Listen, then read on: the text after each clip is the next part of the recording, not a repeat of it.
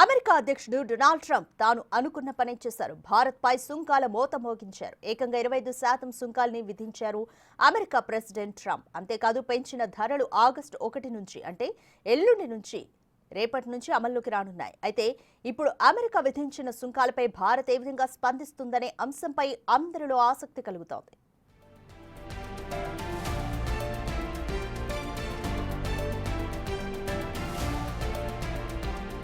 భారత్ తమకు మిత్రదేశమే అంటున్నారు ట్రంప్. కానీ సుంకాలు విధించడం తప్పడం లేదని కబుర్లు చెబుతున్నాడు. భారత్లో తారీఫ్లు కూడా ఎక్కువే అన్నారు. అంతేకాదు రష్యా నుంచి భారత్ ఆయుధాలు కొనుగోలు చేస్తోందని, తమకు కలిగిన ఇబ్బంది గురించి చెప్పకనే చెప్పారు. ఇక ఉక్రెయిన్పై దాడులు ఆపాలని అన్ని దేశాలు చెప్పినట్లుగా గుర్తు చేశారు. అయితే భారత్, చైనా మాత్రం రష్యా నుంచి చమురు కొంటున్నాయంటూ సెలవిచ్చారు.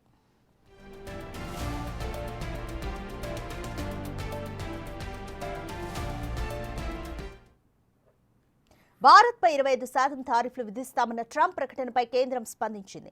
ఇరు దేశాల పరస్పర ప్రయోజనాల కోసం కొన్ని నెలలుగా సంప్రదింపులు జరుపుతున్నట్లు తెలిపింది.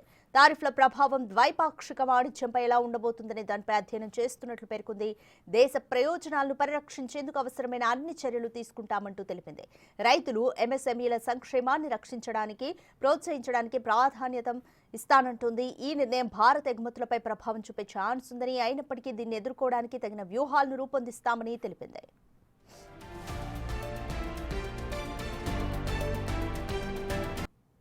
ట్రంప్ విధించిన 25% సుంకాలతో భారత pharma, textile, gold, diamonds, electronics, automobile, chemical రంగాలపై ఎఫెక్ట్ పడే ఛాన్స్ ఉంది.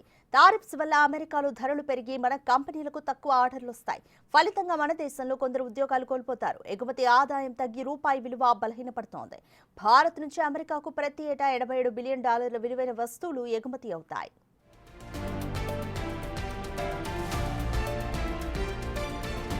ఈ సుంకం విధానం అమలులోకి వస్తే భారత్, అమెరికా వాణిజ్య సంబంధాలపై దీర్ఘకాలిక ప్రభావం ఉండొచ్చని విశ్లేషకులు హెచ్చరిస్తున్నారు. అయితే భారత్ తన వాణిజ్య వ్యూహాలను సమీక్షించి ఆర్థిక స్థిరత్వాన్ని కాపాడుకునే దిశగా కృషి చేస్తోందంటూ కేంద్రం స్పష్టం చేసింది.